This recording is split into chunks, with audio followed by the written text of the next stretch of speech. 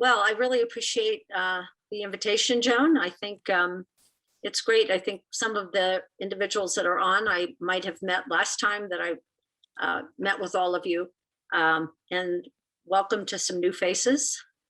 I'm Debbie Johnson, and as Joan may have told you, I'm the President and Chief Executive Officer of the Keystone Symposia on Molecular and Cellular Biology. This is a nonprofit organization that resides in Silverthorne. And as I mentioned to those of you when I gave you an introduction about our organization last time, we are going to be celebrating next year our 50th anniversary, which is a major milestone that we're really excited about.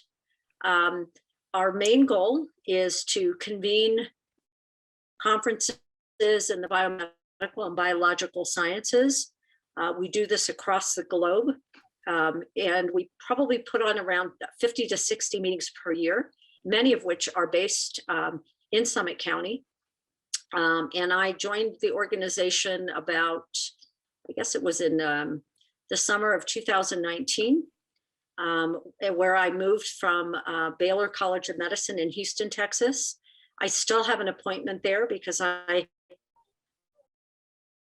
hopefully in October, I will be graduating my last PhD student. So over the course of my career, I've largely spent it in academic institutions. I was at the University of Southern California for 28 years, and then I moved to Baylor College of Medicine, where I've been there almost 10 years, I think. So, and now I'm obviously at the Keystone. And so research is really focused on some very, very basic mechanisms of how cells get dysregulated to cause them to develop a cancer phenotype. And much of what I've done is look at things on a molecular level. And then more recently, some of the work that we've done has also geared towards looking at how some of these changes that occur to cause cells to develop these dysregulation of sorts, how that relates back to some of the processes that are very important during development. And so many developmental processes that need to occur for us to develop as a healthy human, some of those processes go awry or become aberrant in cancer cells. And so there's a relationship between dysregulation of these developmental processes and the development of cancer. So we've looked at the molecular events that we've defined that are important in cancer development, and all those processes, what role they play in development, particularly looking at bone development more recently. So throughout my career, the one thing I have been very, very passionate about is the support of this next generation of a diverse biomedical workforce. I think in my mind, there's nothing more important to push us forward and to make sure that we stay on the top of the scientific community in the West. We really need to support and nurture these next people that are going to take over my role in research and others going forward. So to that end, besides my research program, I've also been very, very heavily involved in mentoring students, particularly graduate students, as well as junior faculty. And in both USC and in Baylor, I was in the medical school, so I did a lot of work with people that are going on to do my medical research. And so I've brought that passion down because Keystone is, in my mind, a real national treasure. And it's something that has been, over the past 50 years or so, not only very, very important in driving science forward, but it has also done so much to nurture the careers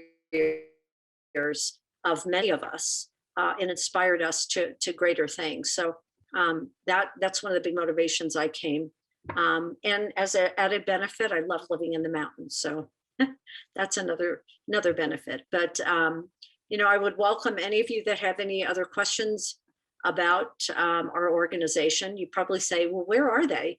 We're actually in the second floor of First Bank, right off the 9-6 juncture. If you look at that office at the very, very top, it comes out as a triangle. I'm at the end of that triangle. That's my office. So anybody that wants to visit us or wants any questions about it, I'd be happy to answer that. Okay, so why don't we get started? What I'm going to do is tell you a bit about how cancer develops. And I know you have a lot of different backgrounds. Some of this may be pretty easy to understand, other parts may not. So I'm certainly open to any questions you have so I can explain things a bit further. But I think one of the interesting questions I get from people is they say, well, if you do cancer research, how come we haven't solved it yet? How come we haven't cured cancer? And what I'm going to tell you, I think, is to give you an appreciation of the complexity of this disease. So you have a better appreciation that it's not a magic bullet that we're looking at in terms of solving the cancer problem. So let me go forward. Okay, so unfortunately, for those of us that are in the, how do I say, last decades of our life, cancer is a disease of the aged. And so if you look at, oops, hold on a minute. So if you look at the statistics, if you are 70-year-old, you're 100 times more likely to develop cancer than a 19-year-old.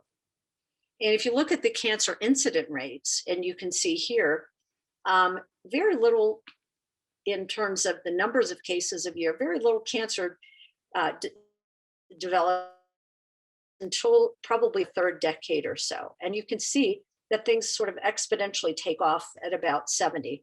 Again, for males and females, it's slightly different. But essentially, the majority of people that get cancer get it at an old age. And the other fact is, most people actually make it to old age without getting cancer. And it turns out, depending on your risk factors, you have about a 30 to 40% chance of a lifetime probability of developing cancer.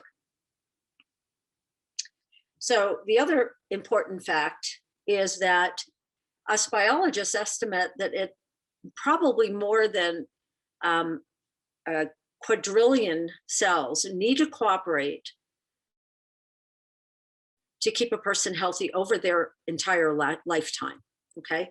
And so if you look at it in that context, if any one of those cells can potentially become cancerous, why don't more people get cancer? And so that's really the question.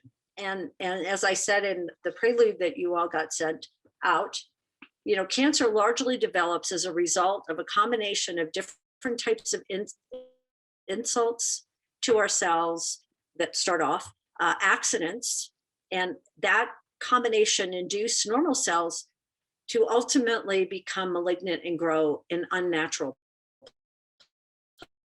places. So that cancer manifested as disease. So as far as causes of cancer, you can see there's a number of different things that contribute to it. Obviously, one of the most prominent things that is actually something that's preventable is the use of tobacco. Diet also has a big role in terms of our ability to develop cancer. And then you can see there's a variety of other causes as well. So one of the important things to note is that, you know, it can take 10 to 20 years for cancer to develop as a disease in an individual.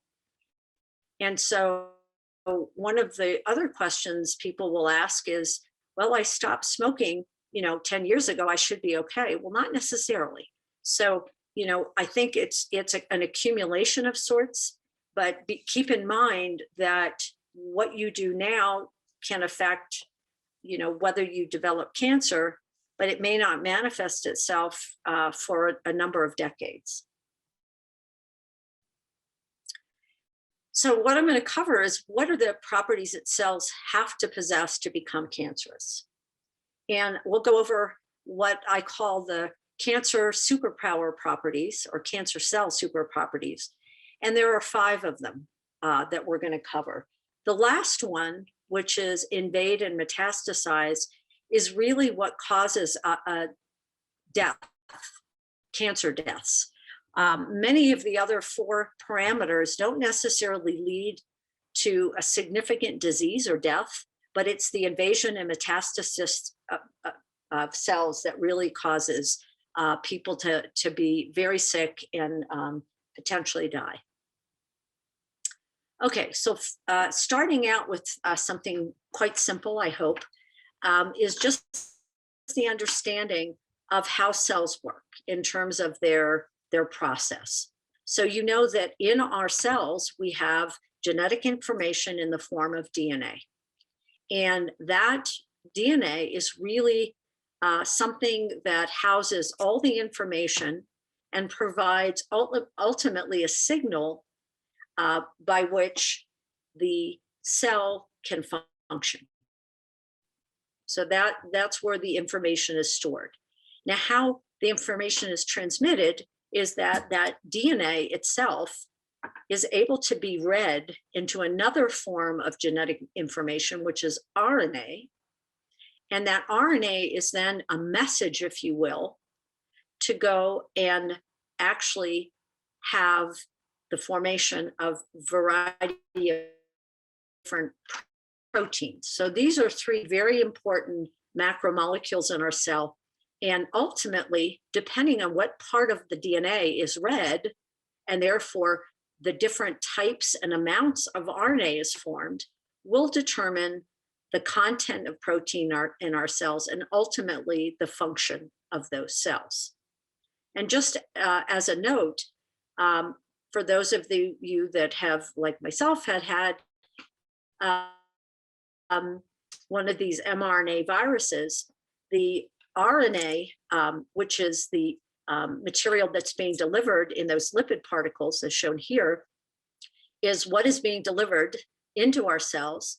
And then it makes specifically that spike protein that creates an immune response. So that's one mRNA you might be familiar with.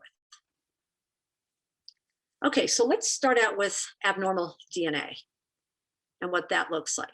So if you have DNA that is abnormal, and I'll tell you a little bit about the types of abnormalities, this can change ultimately the amount of a particular protein or proteins in a cell, or it can cause the appearance of abnormal proteins that are not what they should be, and therefore they have changed their function. So there's a number of different ways in which DNA can become abnormal, and we'll talk about these 4 different ways. So first, there's what you're probably familiar with is mutations. And mutations are basically an error in a sequence of the DNA that encodes or contains what we call a gene. And that particular piece of DNA or gene is what is read into making an RNA molecule. So if you look at it from the standpoint, and there's a multitude of ways that DNA can become mutated, but this is just one example of, let's say, you're basking in the sun and you have no sunscreen on and you've got UV light coming in. What can happen is that really can destroy certain residues, if you will, in the DNA. And then when that DNA goes to replicate itself, what happens is you have this abnormal structure in the DNA so that the reading of this code is wrong. And then you have a permanent change in the DNA that is not what it is supposed to be. Okay. Now, how are we able to look at even one single change in the DNA code.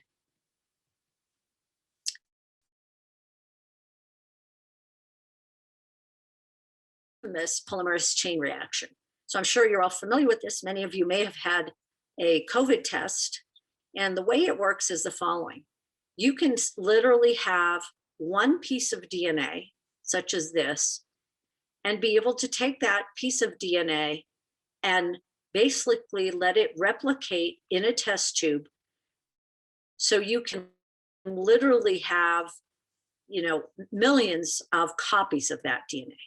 Now, why we go through that process is that one single piece of DNA is not sufficient for us to know whether the sequence is correct or incorrect.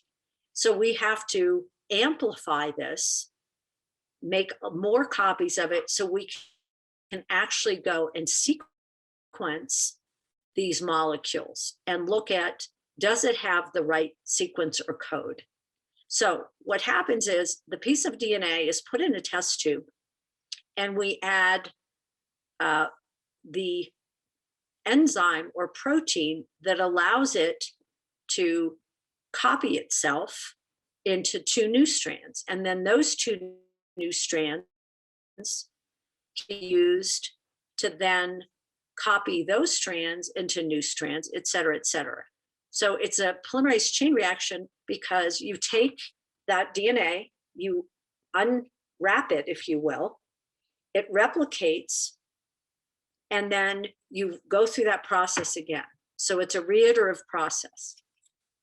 So that allows us to gain a lot more DNA so that we really interrogate what it looks like on a very detailed level. Another way that DNA can become abnormal is in a process by somehow the chromosomes in our cell get damaged, if you will. And damaging chromosomes means that you can lose pieces of them. Sometimes pieces can come off and fuse to another chromosome abnormally, or they can rearrange themselves. And this is through, again, a variety of different conditions that can occur in the cell. This is just an example. As you know, we have 22 pairs of chromosomes, and then we have another pair of either X, Y, or 2 X's. And this is what we call a karyotype. And what people do is they put these chromosome spreads, if you will, and you can see, if you look at chromosome 16, these pairs don't match up. There's a piece missing on this chromosome. So essentially, that's a damaged chromosome, okay? And we can also analyze this in a way that we actually can use various fluorescent or colored markers that can look at, again, the chromosomes and see if they're lined up and appropriate. In this case, you can see chromosome 22, one copy is good, the other copy has a piece of chromosome 4 that broke off and fused to this, okay? And so there's a lot of different ways that abnormals can be created in our chromosomes. Another way is we can have an increase in the copies of specific parts of our chromosomes or in specific genes.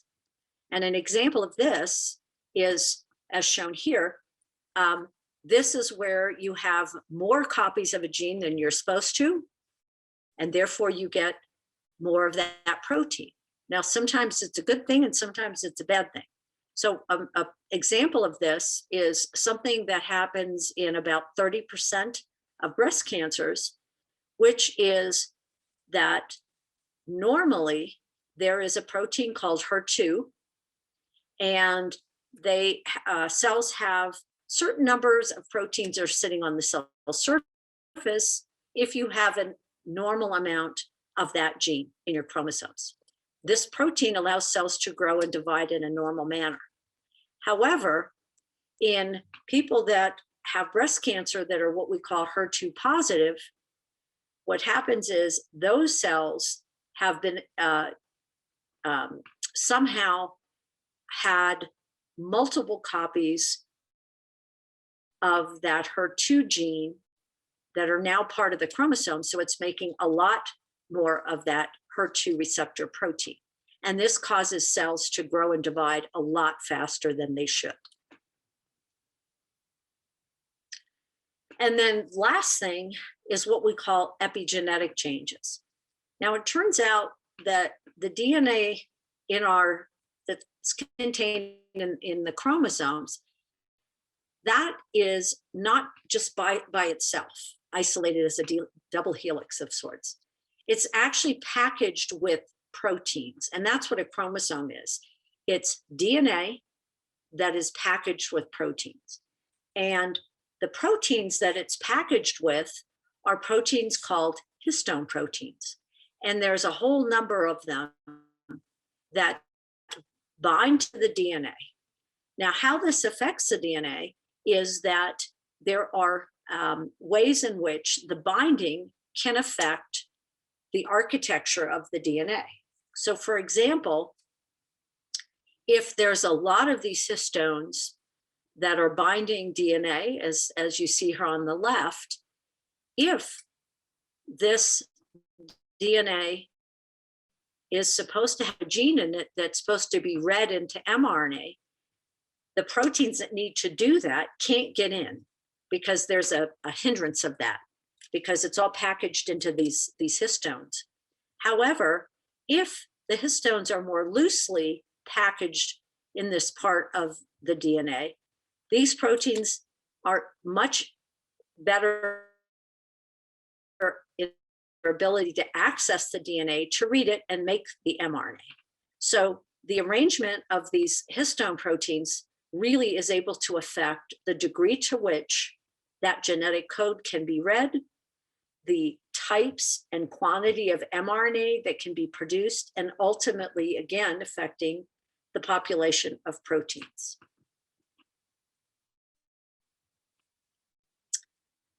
So moving on to, besides the abnormal DNA that can form, there's another property of cells that starts positioning them towards being a cancer cell, if you will. And that is uncontrolled cell division.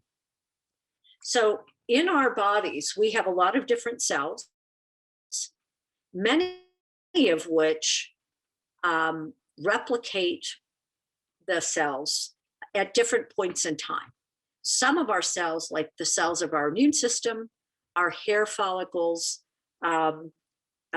there's a number of cells like that that replicate pretty frequently, okay? There's other cells like liver cells that a cell in the liver may replicate only once a year. And then there's brain cells that we have, neurons, that in their capacity, there's very few of them that can replicate that frequently. Hence, when you have brain or spinal cord injuries, the repair process doesn't happen all that readily. So there's different mechanisms to control to replicate or not. So one of the important features of cancer is what we call uncontrolled cell division. So normal control of proteins involves a balance between two types of, or normal control of cell division involves two types of proteins. We have first what we call the tumor suppressors, or the brakes. They keep cells from not replicating. And then we have what I guess I would call the gas, which is we call proteins that are oncogenes that actively induce cell division. So every cell has to have the right balance to very strictly control when and how those cells divide and grow. So first looking at tumor suppressors, and this was actually an area that I studied in some detail. Cells go through, when they replicate themselves, through a very elaborate process. And we don't have to go through the detail, but basically, in order for cells to divide, they first have to grow their content so that when they separate out into two new cells, that they have all the proteins and the DNA and everything else that's needed for them to sustain themselves. So there are very clear stages that cells go through. And these are strictly controlled.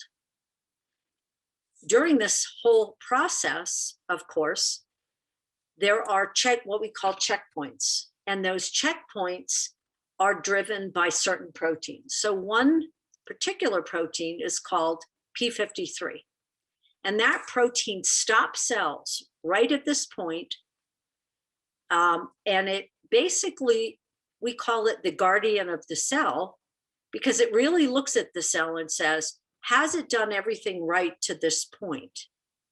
Is it really ready to go forward and replicate DNA and everything else? And if it hasn't, it will keep it right there. If the cell demands, something else, let's say other cells have died and we need to populate that particular area with more cells, things may cause this p53 to stop the brakes. It's on the, the brakes are on to get off and allow the cell to replicate and replenish cells in that area. So, as I said, this is called the guardian of the genome because this is a major molecule that really regulates whether cells stay in a what we call quiescent state or non-replicating state, or whether they move forward. Now, it turns out that one of the things at p53, in terms of looking at whether cells should continue replication, is that if cells are at that point in time where p53 is looking it over and saying, is this cell a good cell to continue? It actually looks at if there's been any damage to the DNA, because it basically has to decide whether there's damage or not, or whether there's a lot of damage. And so it does a very good job at assessing it. And what it does is if there's a huge amount of damage and it's not repairable, it goes in a different pathway. Whereas if the p53 says, well, there's been a little damage, but we can fix it, then it stops the cells, arrests them, doesn't allow them to replicate, and lets the DNA get repaired. So we have a lot of repair mechanisms that can actually work to keep our DNA integrity good. But if it's in a non-repairable state, there's just so much damage that's caused, it basically tells the cell to commit suicide. And so it undergoes what we call programmed cell death. So it causes the cell to literally kill itself, and then the damaged cell is removed. So this is one way for keeping cells that have undergone these abnormal changes in their DNA propagated, and keeps our genetic material stable and make sure that the integrity of it is good.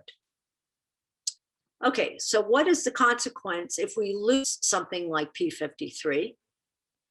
And p53 is one of the genes that is known to either be mutated or lost in many types of cancers. And what happens is if you have no p53, no guardian, if you will, of the genome, and there's no way at that point to select for cells that have some damage to be able to repair themselves or to allow them to basically commit suicide, then what happens, those cells can continue to replicate and accumulate.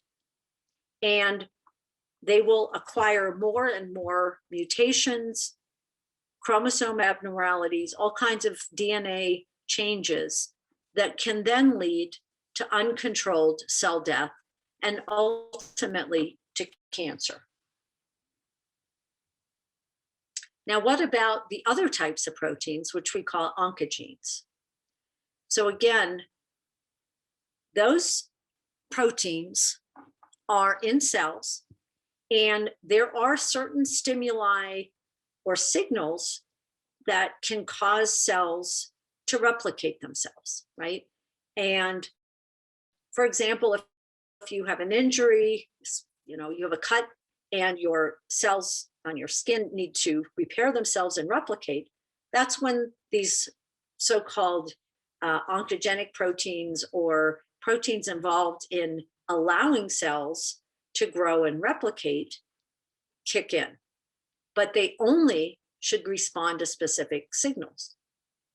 Now in cancer, let's say you happen to have a mutation in one of these oncogenes, which causes it to be constitutively or always on.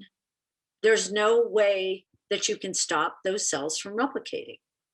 And so the name oncogene came from the idea that these growth promoting factors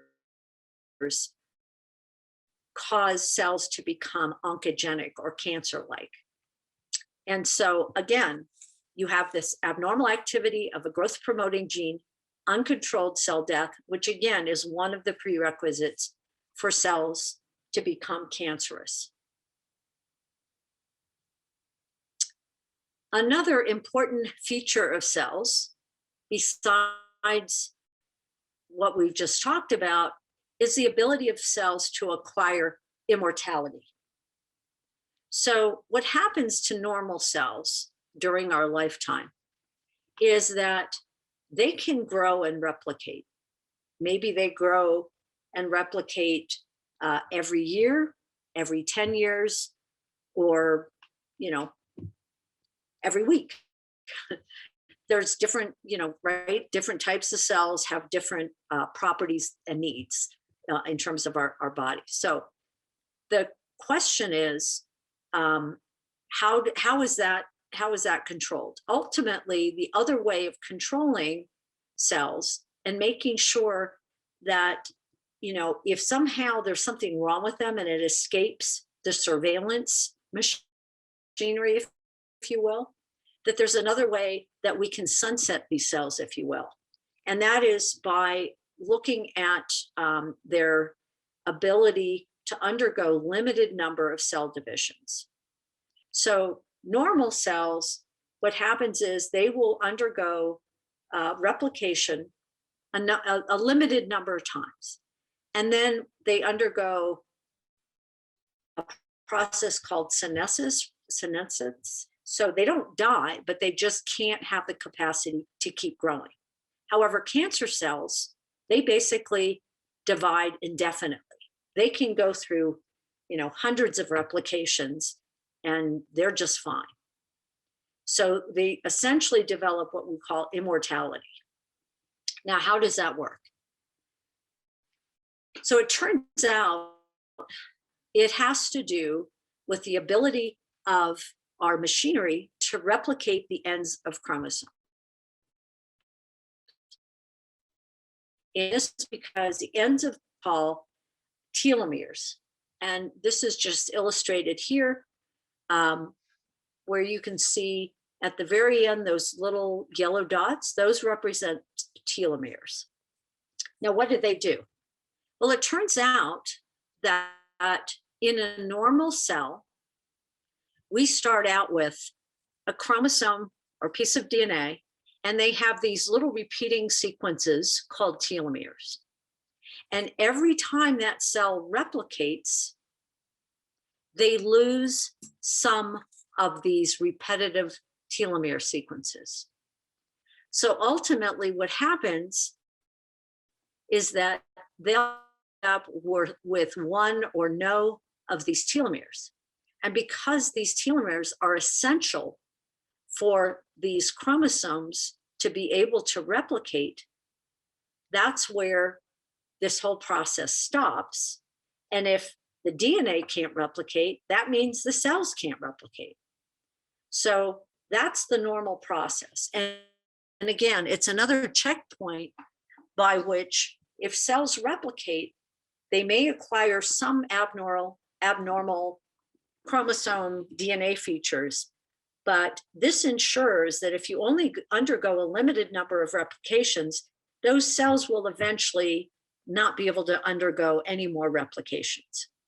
Now, in cancer cells, unfortunately, what happens there is that they undergo replication, but the protein, there's a protein, this telomerase, that keeps these telomeres from being lost, if you will. So they keep adding telomeres to the ends of the DNA, even though they're supposed to be lost after DNA replication, they're maintained. So that means that these cells have the capacity to replicate continuously, and they're essentially immortal because they maintain their telomeres.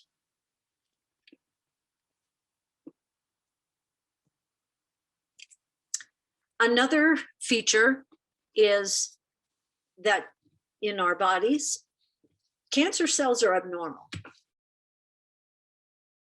And we probably all have developed at least a number of features that I've just discussed: abnormal DNA, uncontrolled cell division. But usually, because these cells look very, very different than our normal cells, they basically, by the surveillance of the immune system, they get eliminated in our bodies, okay? But in cancer cells, they're very tricky. They found a way around not being eliminated by the immune system. So normally we have a whole set of cells, and I'm not going to go through this in any detail. We have a whole set of immune cells that have very, very specific functions. And they all are good at recognizing things that are foreign in our body and getting rid of them. Okay, so that's normally immune cells kill cancer cells, they kill viruses, they do all kinds of things to keep anything that's foreign or not recognized as self out of our system.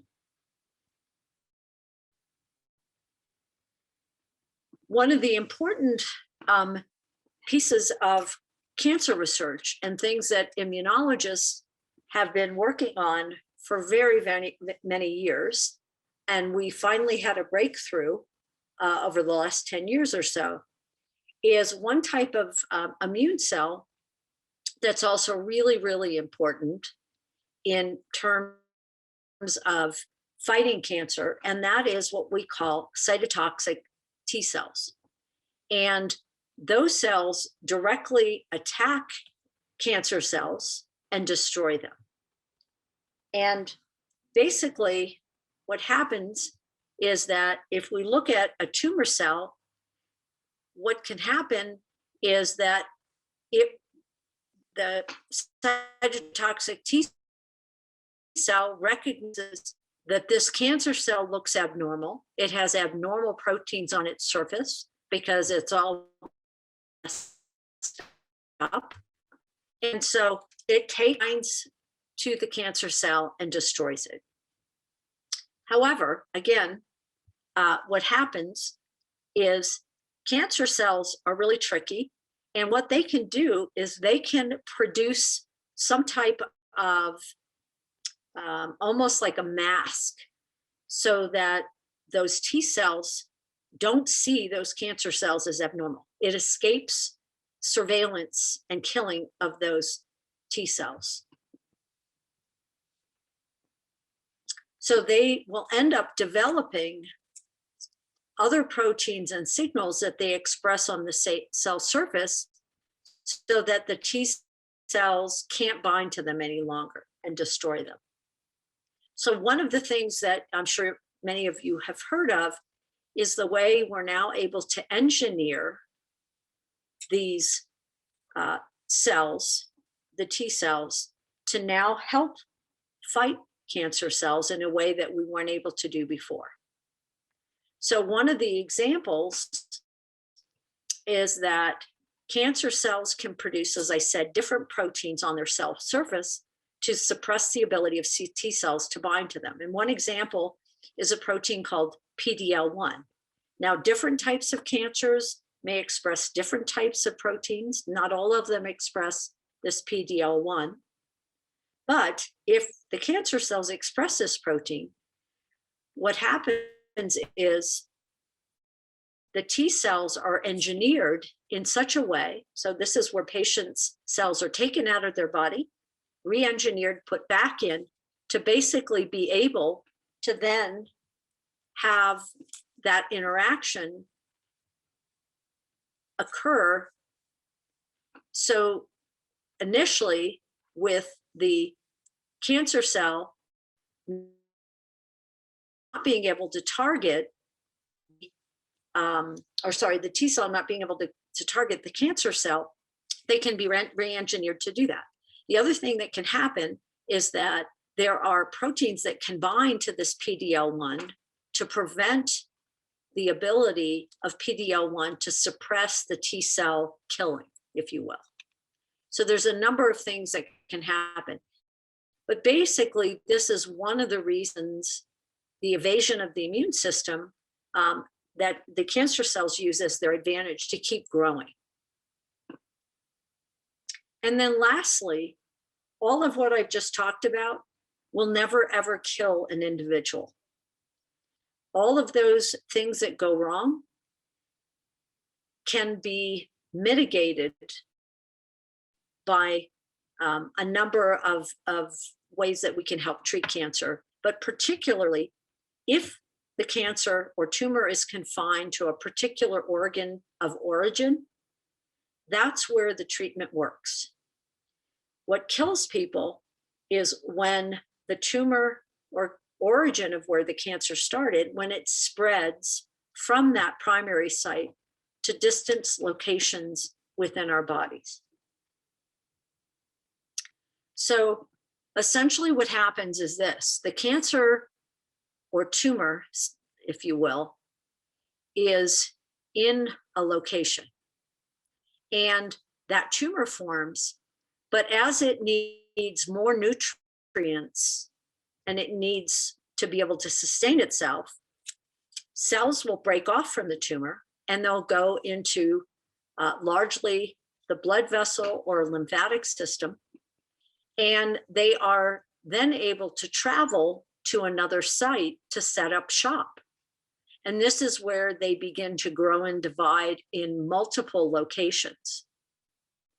And so that's what begins to interfere with the function that we have in our bodies. And that's what ultimately leads basically to people dying of the disease. So the disease is generally treatable if it's caught early. Unfortunately, in many cases, there's very little symptoms until you get to the point in time where you're starting to get this invasion and metastasis going. So again, if you look at cancer survival rate by stages, if you can catch it early, it's very curable. Once you get to a point where the cancer is spread to different distant sites, that's really where the survival rate goes down considerably. So again, early detection is the key.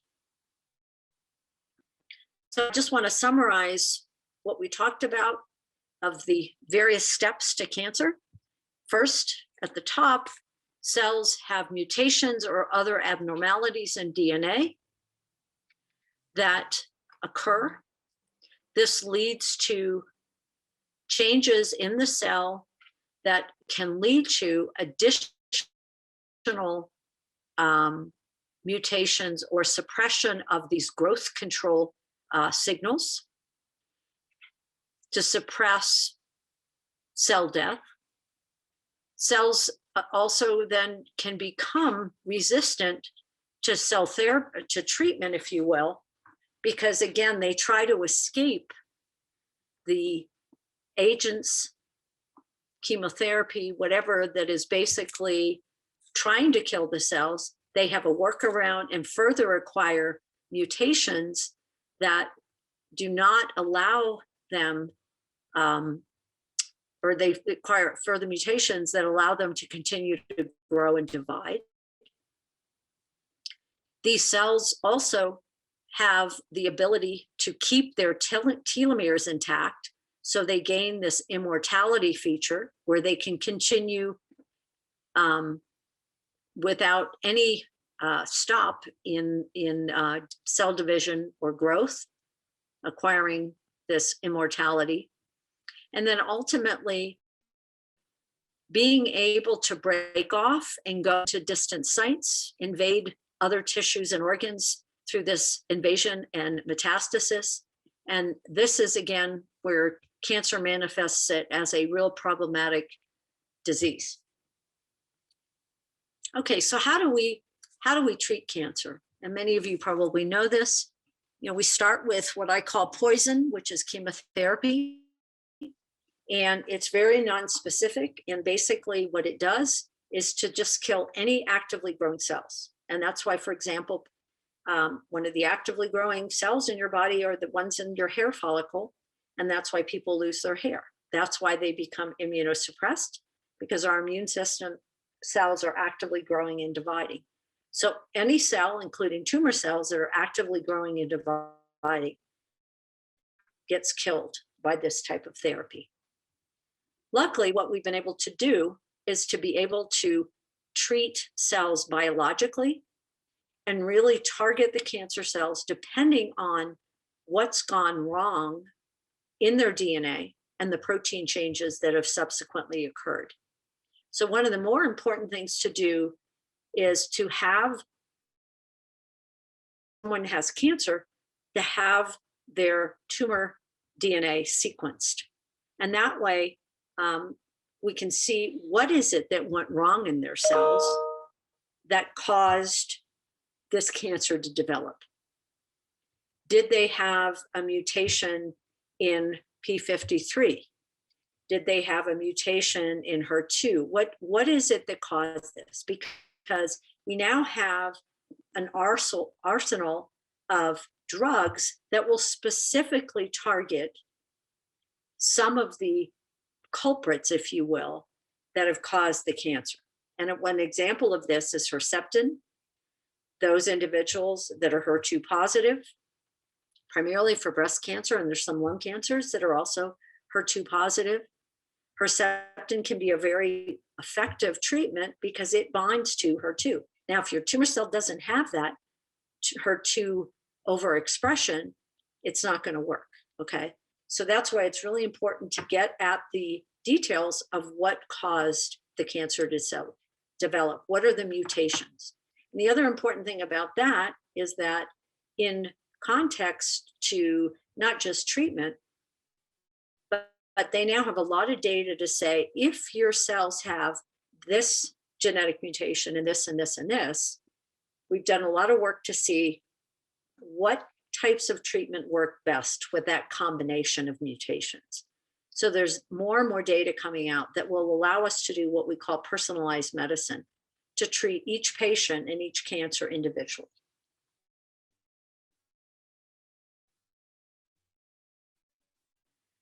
Another way of treating cancer, as you can imagine, is to keep tumor cells from reaching the bloodstream.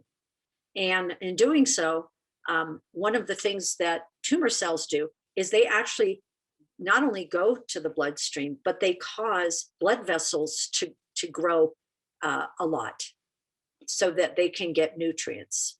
And so if you can cut off the ability of blood vessels to come and feed that tumor, that's a big way in which we can help treat the metastasis that you want to prevent. So Avastin inhibits vascular endothelial growth factor. This is a very, very key factor that's involved in having the blood vessels feed the tumor cells. And so this can be an effective treatment in certain situations. And then, of course, as we talked about, immunotherapy to boost the person's immune system. And again, as I said, PD-L1 is a perfect example of a protein that's produced in some cancer cells, suppresses T cell killing. And what can happen is T cells can be engineered to have an inhibitor present. So it basically prevents the T cell from not being able to recognize the cancer cell and therefore allow the cancer cell to be killed. As I also mentioned before, there are steps besides targeting directly those proteins like PD-L1 to actually engineer a patient's T cells, because you want both the T cells to be able to recognize those cancer cells and kill them, but you also want to activate them and make sure that they are actively involved in that immune response. So what will happen is the T cells are removed from the patient, they genetically modify them in order to bolster their response. They go back into the patient. And for many cancers, this is incredibly well. We still don't know why some cancers are not very responsive to this type of therapy, such as prostate cancer. But there are some types of cancers like melanoma that it's been literally a miracle. Melanoma used to be a death sentence, and now it's one of the more curable cancers, again, if caught reasonably early, because this type of therapy works incredibly well for melanoma. So I think I'm going to stop there and just answer any questions that you have.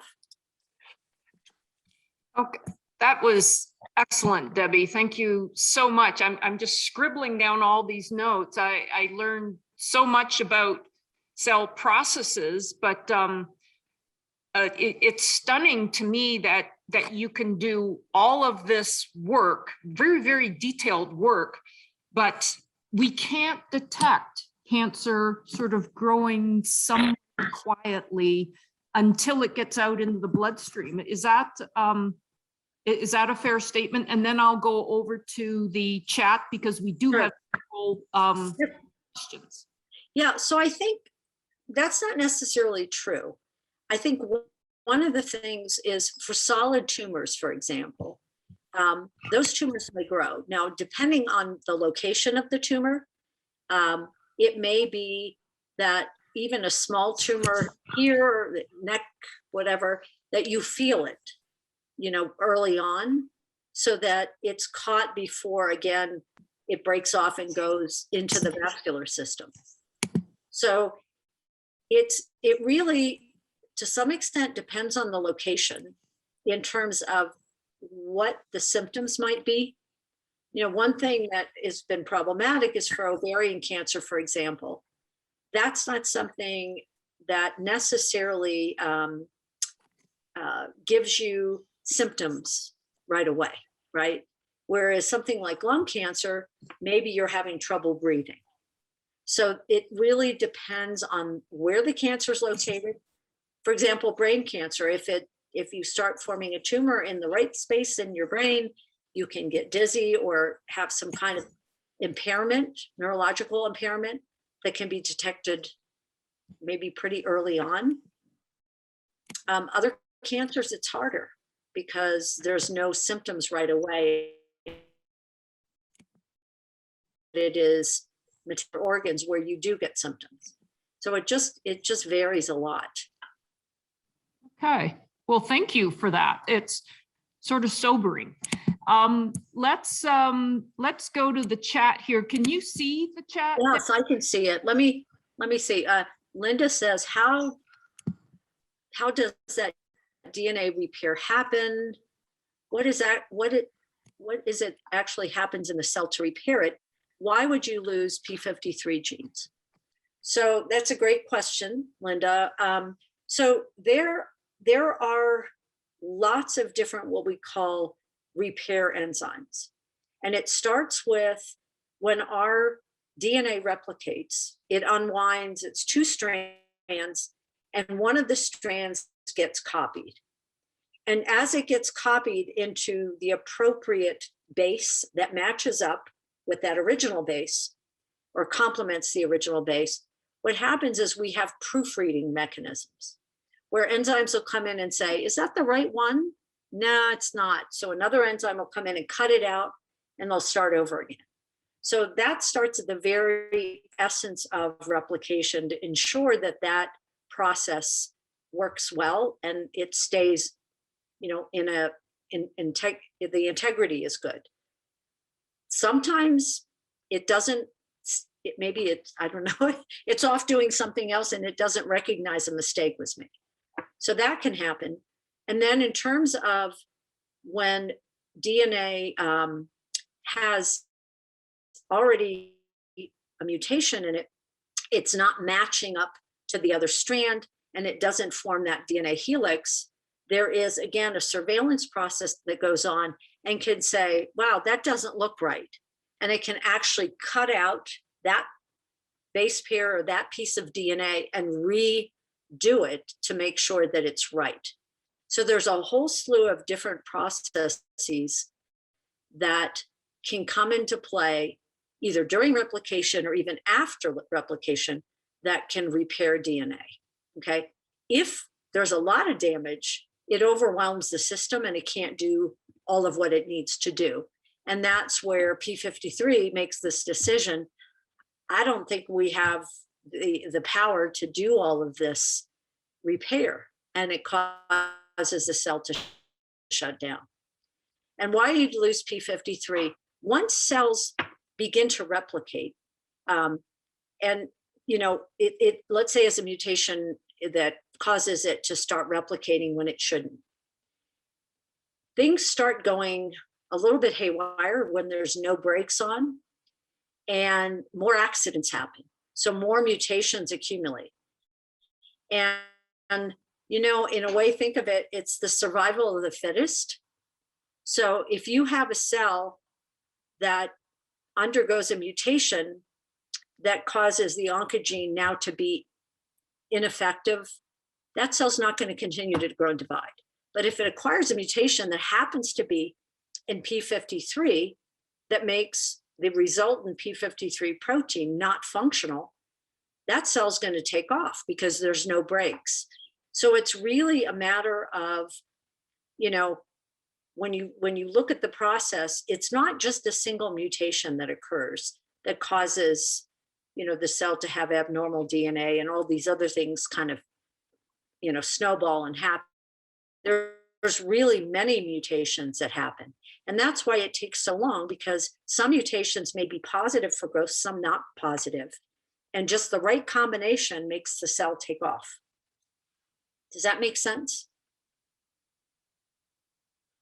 I'm trying to sort of simplify it a little bit, but. Yeah, I think so. It sounded like the key there is the enzymes functioning well, being healthy and functioning well to do their job. And then that keeps the P53 from going haywire. So enzymes, that's driven by diet, exercise, what drives enzyme health and care? Well, it's just, it's general care. Okay. What I think is that's where the diet piece comes in. I mean, that's a whole nother conversation, but, I Okay. think, there's just keeping healthy bodies means keeping healthy cells.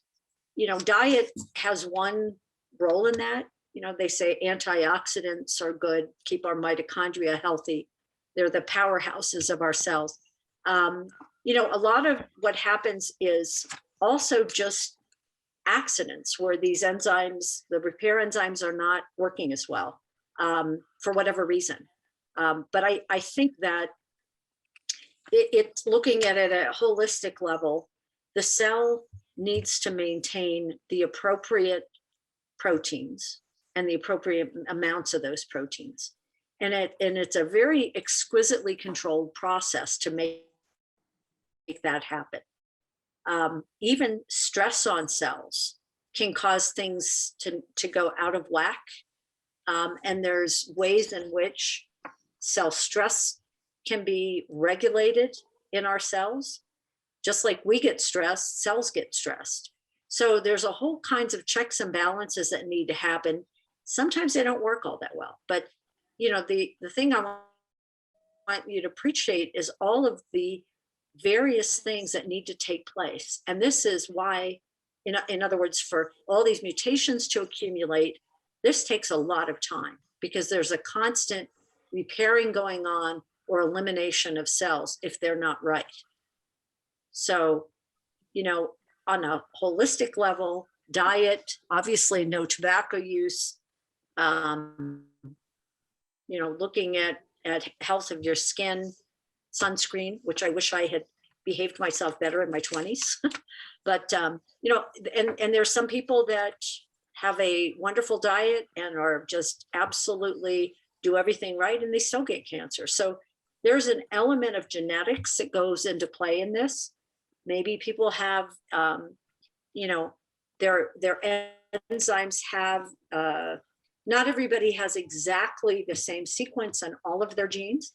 Maybe the subtle differences in sequences make them more or less able to repair things better. So it's a combination of genetics and environment. And, people would argue too, our microbiome plays a big role.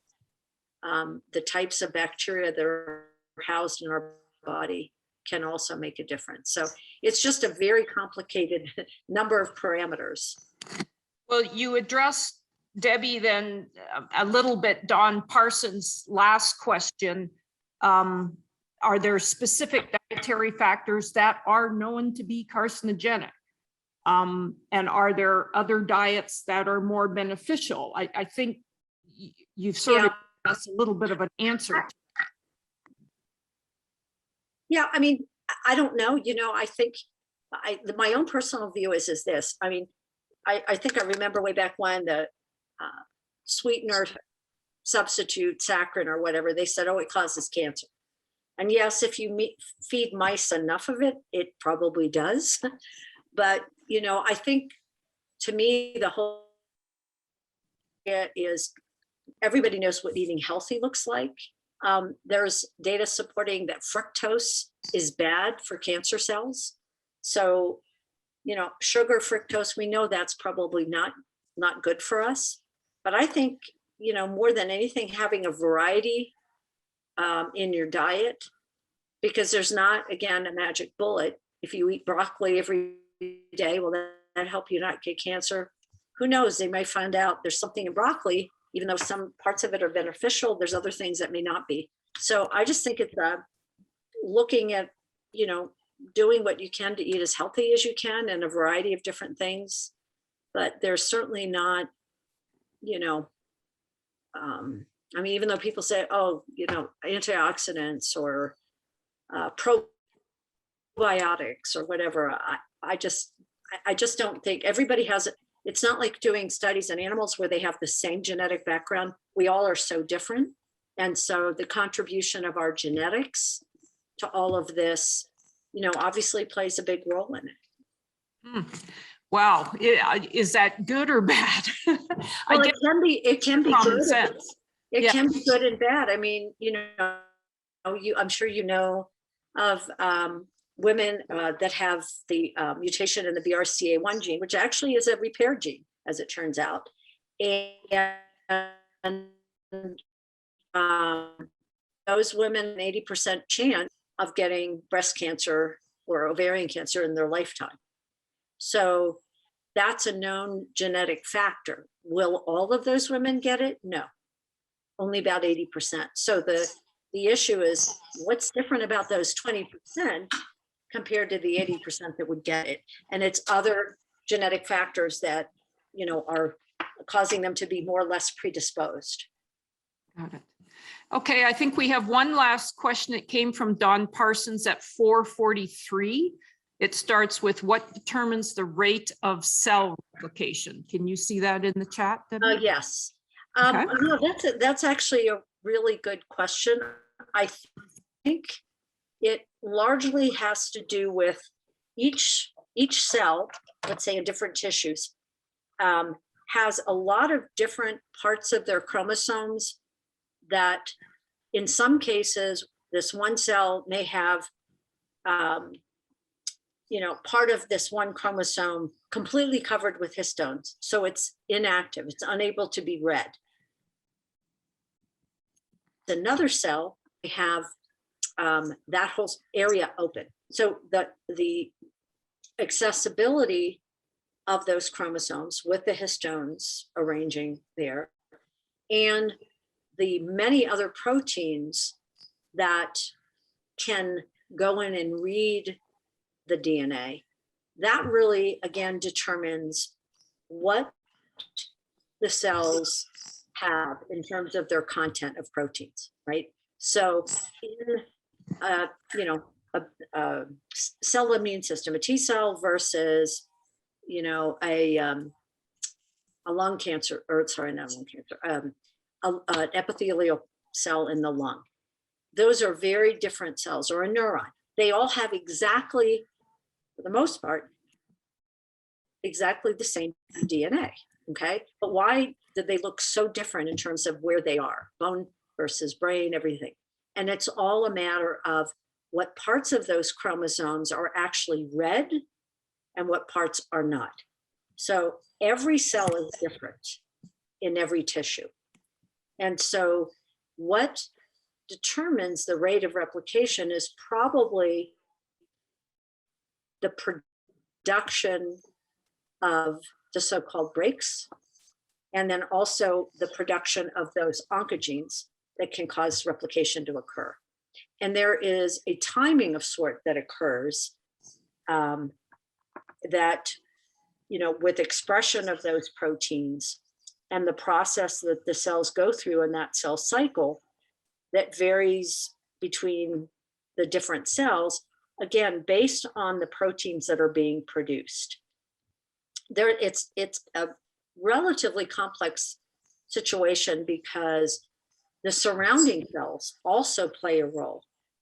What sort of, how do I say, factors that they secrete to talk to the other cells in the surrounding tissue have a big factor in whether those cells replicate or not. So it's generally the complement of proteins that are there, and then signals, external signals that turn the cell on to replicate or turn them off. And so that, what actually on a regular basis causes cells to be stimulated to grow, I'm not really clear in terms of giving you a simplified answer. But it, again, a lot of what happens in terms of cells growing is really whether there's an injury or a need for replenishment of those cells. And then, some of them, as cells die off because they've undergone enough replications and they're senescent now, other cells need to take their place. And so that signals for those cells to grow. Wow.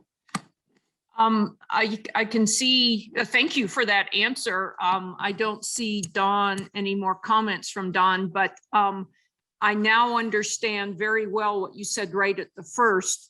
Why haven't you cured cancer yet? I can understand how difficult this project or this problem is to solve, and how important it is to, like you say, nurture the young researchers coming up, because we're going to need many, many, many people looking at many, many different subjects to try and even hone in on this. Right. And as Dawn also said, some tumors develop faster and some slower. What governs this? And it really depends on the types of mutations that they've acquired and the environment that they're growing in. So it's a very, a major question is prostate cancer, right? That is one of the most slow growing cancers. And that's why it's also one of the more curable ones, where the people that end up having prostate cancer, the prostate cancer never kills them because it's so slow growing. And so, again, it depends. Each cancer is different. And I think in some ways we started out looking at prostate cancer, pancreatic cancer, lung cancer, but there are, mutations that occur in some cancers where it may be in the lung and in the brain, and they look very much the same. So we're usually treating it based on the origin of where the cancer started. But I think the more we learn about individual tumors and how those cancers developed in each individual, the series of mutations that took place, the more we'll be able to do the personalized medicine. So we can really go to the heart of what are the effects in that person's tumor that's causing it to grow, and directly target those defects or those issues, if you will. Oh, well, that sort of leads us on, or leaves us on a positive note, I think, right? So it's going to be almost more personalized medicine at some point in the future. Well, it is now, but it will be more so. There's no question. Good. And I'm monitoring the chat, and I think that's it. I so appreciate you coming in and describing this for us very carefully and in layman language, so we could understand it. Thank you so much for joining us. Does anybody else have a question? If not, we'll thank Debbie and Dr. Johnson, and we'll sign off.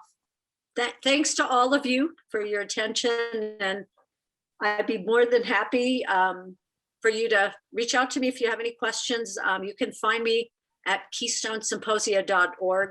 That's our website, and I think my email address is on there, but it's debbiej@keystonesymposia.org. So take care, everybody. Stay safe, and I hope stay well soon. Yes. Thank you so much, Debbie. Thanks, Jim. Thank you.